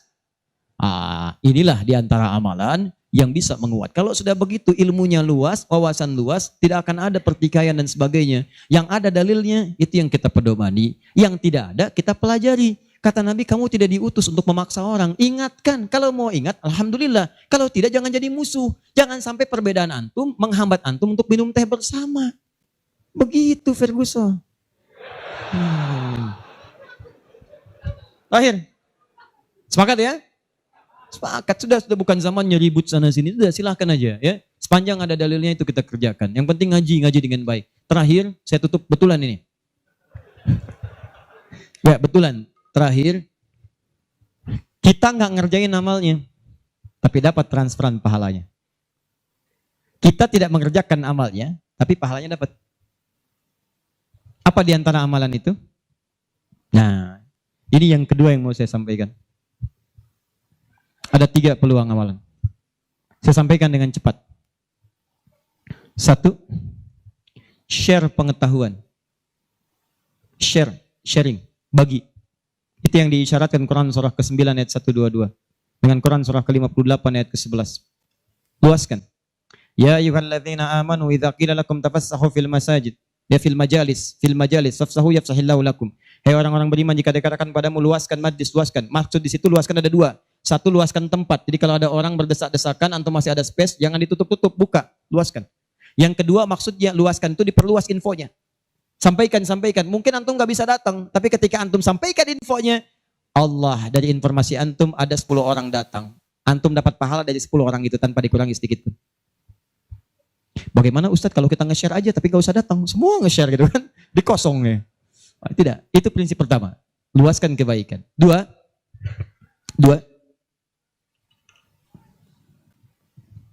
berinfak dengan harta pada amalan berganda. Berinfak dengan harta pada amalan berganda. Maksudnya sedekah jariyah. Contoh, tadi kan saya contohkan 4 kan? 4 ya? Masih ingat tadi? Di antara 4 itu, bukankah ada interaksi dengan Al-Quran? Baca, menghafal ya? Nih, antum punya modal 50.000, pengen infak. Dengan uang itu, disarankan langsung lewat petunjuk Nabi, cari dengan 50.000 itu yang menghasilkan keuntungan terus berlipat. Walaupun antum gak mengerjakannya. Saya beri contoh misalnya. Berikan kepada orang yang tadi mengerjakan pahala berganda sedekah jariyah. Misal penghafal Quran. Ada orang punya 50.000 diberikan kepada orang dengan bentuk makanan. Yuk makan. Dimakan oleh orang itu. Dia sholat. Begitu dia sholat dengan energi tadi antum dapat pahalanya. Begitu energinya hilang, pahalanya selesai. Tapi antum belikan mushaf 50.000. Datang ke percetakan Habib Hasan. Saya cari mushaf Habib. Dengan harga 50.000. Antum dapat 2. Masya Allah. Begitu dapat 2, antum datang ke tempat hafalan Quran. Masya Allah. Atau datang ke tempatnya Ibu Nyamin. Ya. Dari keturunannya Syekh Dahlan, ya Allah yarham, yang penemu qiraat itu. Begitu datang ke situ, berikan kepada anak-anak penghafal Quran. Atau ke tempat-tempat penghafal Quran, datang ke Yanbu, ke Kudus, berikan. Modal cuma 50.000, mushaf 2 diberikan kepada penghafal Quran. Tadi sudah saya katakan dari awal, hafal Quran itu penghafal nggak akan pernah menghafalkan dengan satu bacaan, dia akan mengulang-ulang. Anda bayangkan modalnya cuma 50.000 sama dengan tadi. Mushaf 2 jadi 2. Begitu dimukan dan dipegang oleh penghafal Quran, dibaca oleh dia, dihafalkan. Allahu Akbar. Berapa banyak bacaan dia bacakan dalam sehari? Baca. Transfer mengalir kepada antum. Semua yang dia bacakan, dia hafalkan, semua mengalir untuk antum. Modalnya cuma 50.000. Yang menarik, antum meninggal. Mushafnya masih ada, dibaca lagi oleh yang lain. Mengalir lagi, modal 50.000. Yang menarik, mushaf dah rusak. Cuman penghafal tadi udah hafal Quran 30 juz. Dia punya murid lagi. Jangankan punya murid, ngimamin dia. Dengan wasilah mushaf dari antum tadi. Begitu mengimami, pahala lagi transfer. Yang hebat, dia punya murid 10 orang. 10 itu punya murid lagi, 10 lagi. Gak habis-habis, cuma 50.000 modalnya. 50.000 rupiah. Mushaf. Itu yang disebut amalan cerdas. Waktu kita terbatas. Coba apa yang kita dapatkan, itu yang kita cari. Itu sahabat tuh begitu. Bilal tahu uang saya nggak banyak. Nggak tahu beliau, saya nggak punya banyak uang. Idul Kurban tuh orang beli sapi. Kalau kita sekarang.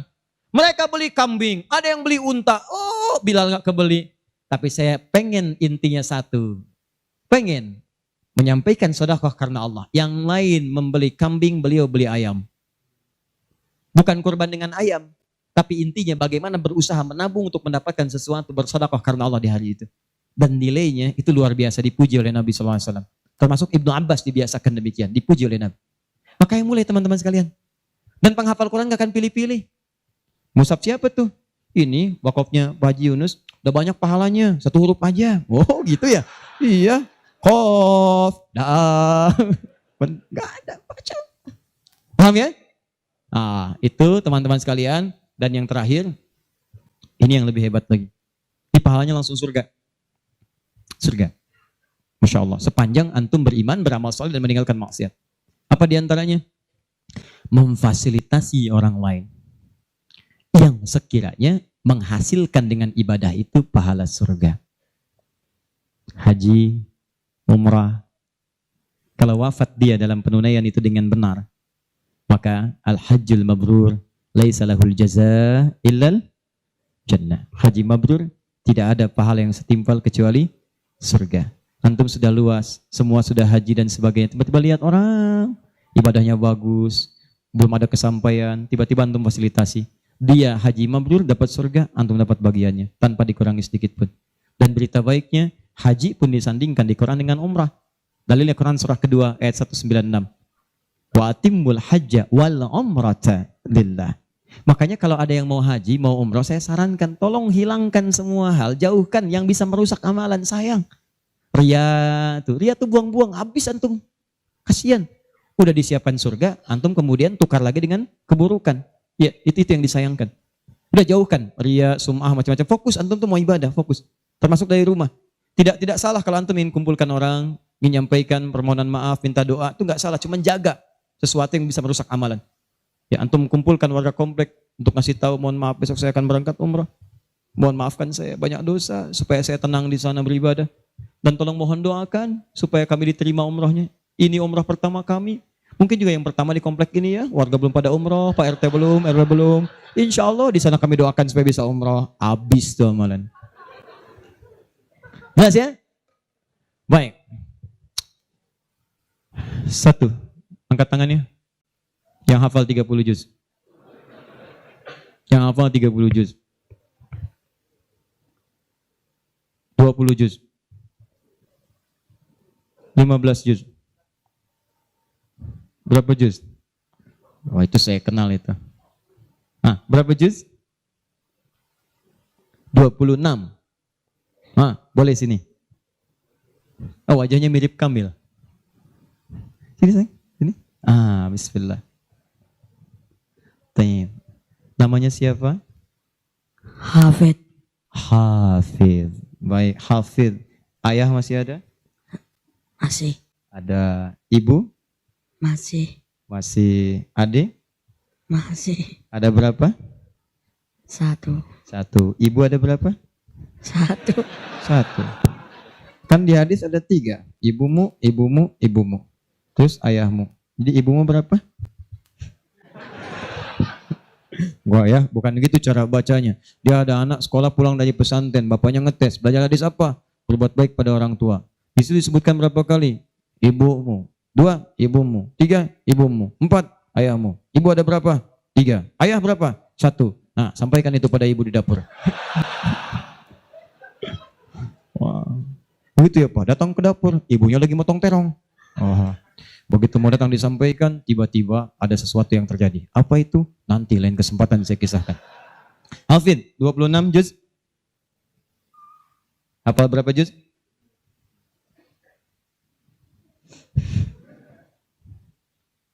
Berapa juz? 36 juz. 36 juz. Wah, luar biasa.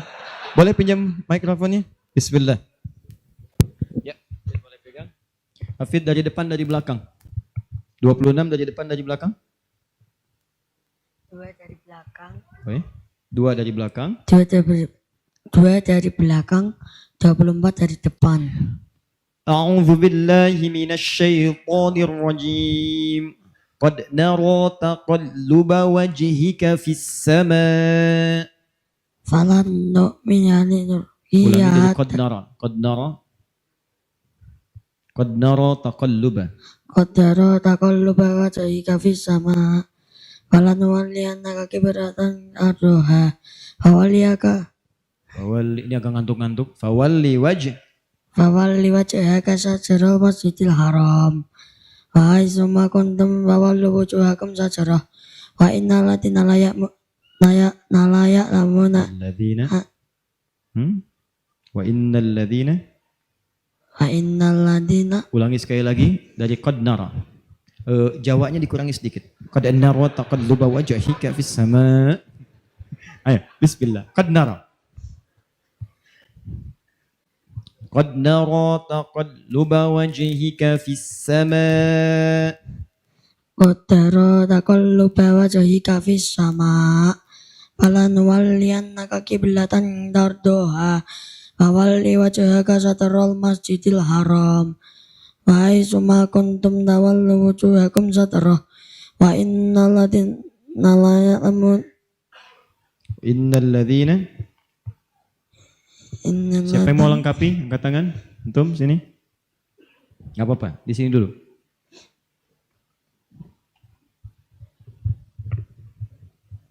Tahan sini.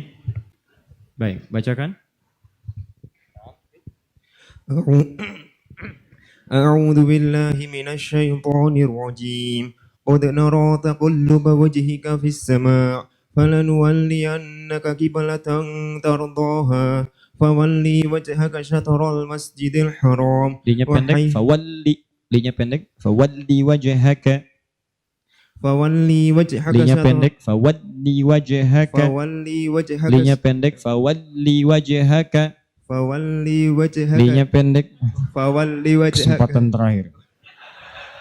Cepat. Fawalli wajhaka li wajhaka. فولي وجهك شطر المسجد الحرام وحيث ما كنتم فولوا وجوهكم شطره وإن الذين أوتوا الكتاب ليعلمون أنه الحق من ربهم وما الله بغافل عما يعملون وما الله بغافل عما يعملون Bismillahirrahmanirrahim. Falamma fasala Talut bil junud. فلما فصل طالب بالجنود قال إن الله مبتليكم بالنهر Mubtalikum binahar. مبتليكم بالنهر فمن Binahar. بالنهر Ulangi. Falamma فلما fasala Talut. Kesempatan terakhir. فلما فصل طالوت بالجنود قال إن الله مبتليكم بالنهر فمن شهد منكم الشهر فليصم Bagus, terus lompat ke belakang lagi. Ke Al-Baqarah itu lompat, teman. فلما Faman فصل syariba minhu falaysa minni. Siapa yang bisa menyempurnakan? Terakhir, antum di sini, tahan. Angkat tangan. Falamma fasala Talut bil junud. Boleh? Antum silakan. Terakhir.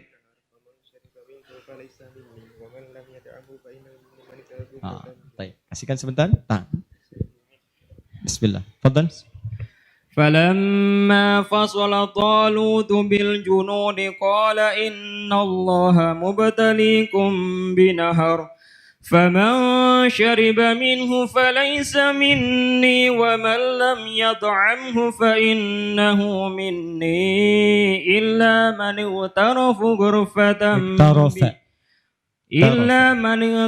غرفة بيده فشربوا منه إلا قليلا منهم فلما جاوزه هو والذين آمنوا معه قالوا لا طاقة لنا اليوم بجالوت وجنوده قال الذين يظنون أنهم ملاقو الله كم من فئة قليلة غلبت فئة كثيرة بإذن الله والله مع الصابرين. طيب. وقالوا لن تمسنا النار. إلا أياما معدودة قل أتخذتم عند الله أهدا فلن يخلف الله أهده أم تقولون على الله ما لا تعلمون ذلك بأنهم قالوا لن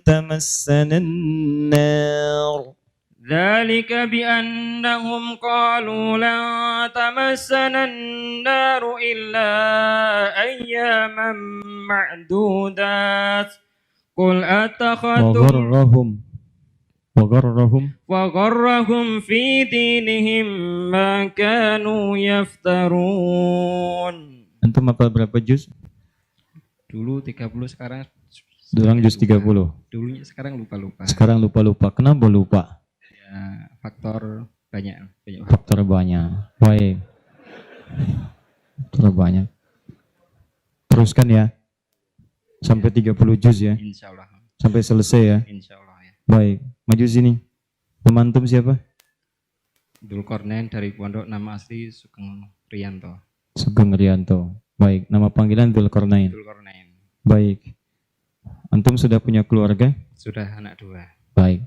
Mau nggak berjanji kita buat perjanjian? Apa ya? Sudah pernah lihat Ka'bah? Sudah pernah lihat Ka'bah? Apa itu? Ka'bah. Ka'bah itu bentuknya kotak. Kubus. Oh, iya iya. Terus kita kalau sholat ngadap ke sana. Ka'bah. Ka'bah. Ka'bah. Oh, Ka'bah. Iya, Hmm. Ka'bah. Sudah pernah lihat? Iya, iya. Di mana? Di Mekah. Di Mekah. Sudah pernah ke Mekah? Belum. Belum. Ada minuman nggak ya? Baik. Jadi lihatnya lewat apa? Lewat TV, lewat TV. Ya. Gimana kalau kita bikin perjanjian? Bagaimana? Kita fasilitasi antum lihat Ka'bah ke sana. Pulang dari sana, antum sudah lancar 30 juz. Sepakat? Silakan. Nah. Beliau kita hadiahkan umrah. Berangkat insya Allah. Ya, untuk menunaikan ibadah umrah. Nanti lihat Ka'bah di sana. Ya. Tapi perjanjiannya antum mesti mengulang hafalan Quran langsung di depan Ka'bah dan di depan Raudhah di Masjid Nabi sallallahu alaihi wasallam. Sepakat? Menghafal. Mengulang karena antum sudah pernah hafal 30 juz. Minta di sana kepada Allah Ya. supaya dikuatkan hafalan Ya. dan tidak diganggu dengan pekerjaan lain yang bisa merusak hafalan. Oh ya. Sepakat? Sepakat. Yakin? Yakin. Mau tanya kawan, telepon teman? Tidak. Baik, untuk antum kita berikan hadiah umrah insyaallah. Nanti antum berangkat dan perjanjian kita dipegang. Antum sini. Berikan mic-nya. Antum mau baiknya juga ke Mekah. Nama siapa? Krishna. Krishna. Itu kalau malam atau siang? Pagi siang. Siang. Ada yang siang Krishna, malamnya Krisnawati. Udah pernah seorang diperiksa. Begitu kena razia dipanggil. Kamu siapa? Nia, Pak. Siapa? Nia. Yang benar, nama lengkap. Kurniadi. Berapa juz? 2 juz setengah. 2 juz setengah. Nyampe Cengkareng tuh. 2 juz setengah. Dari depan, dari belakang. Dari depan. Kuliah di mana? Poltekkes Poltekkes mana? Semarang. Tulungagung. Semarang. Semester berapa? 1. 1. Berapa semester? Semester 2. Semester berapa semester? Kuliahnya berapa semester? 4 tahun. 8 semester. 8 semester. Sudah 2. Tinggal 6 lagi. Iya. Baik. Berapa biayanya 1 semester? 6,5. 6,5. Kami tanggung biayanya, tapi dengan perjanjian mesti menghafal Quran sampai selesai. Jangan ketawa. Siap? Siap insya Allah. Siap. Jadi kalau tinggal 6 berarti 1 semester 5 juz. Siap? Siap insya Allah. Siap. Mudah insya Allah. Bisa. Siap? Siap. Kalau antum lulus 30 juz, 1 dari situ tambahan lagi umrah. Siap insya Allah. Siap? Siap insya Allah. Yakin? Yakin. Disaksikan nih. Baik ya? Nah, belum satu. Hafid, sekolah di mana? PTYKA Di mana itu? Kudus Kerandon Kudus. Di Kudus. Kelas berapa?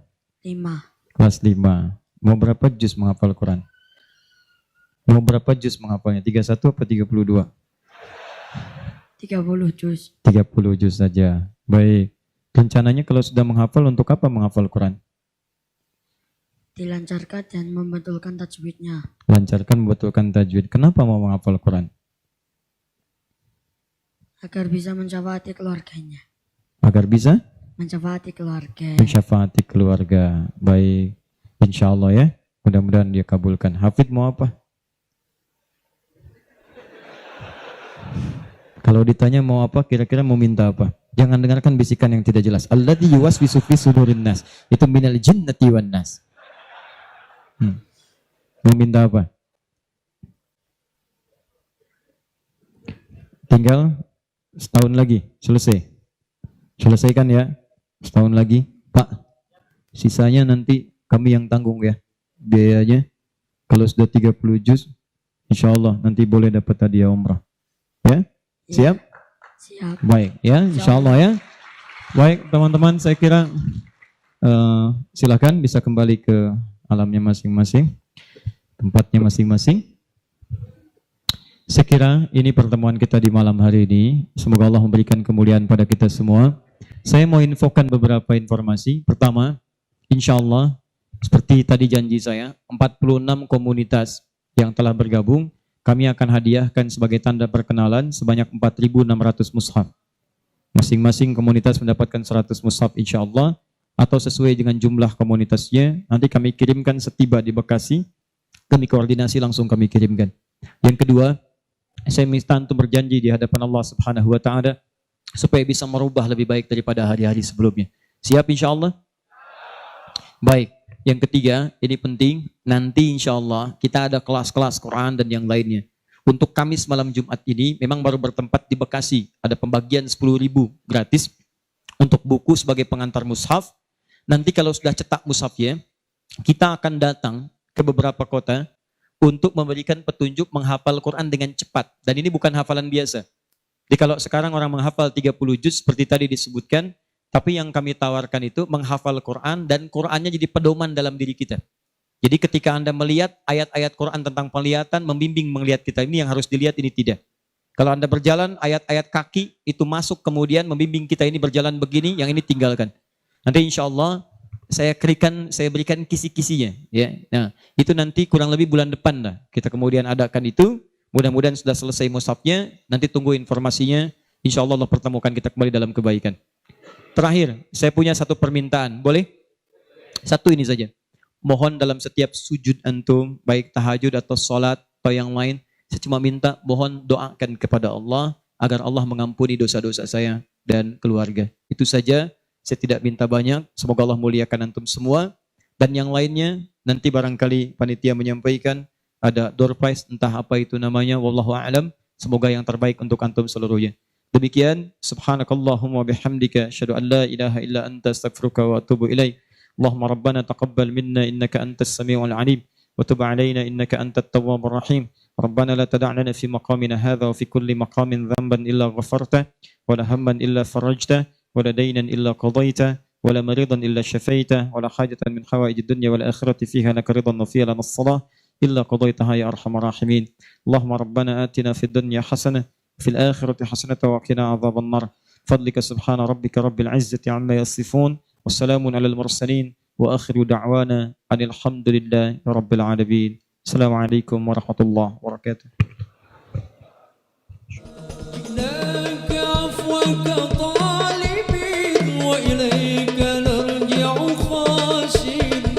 جئناك عفوك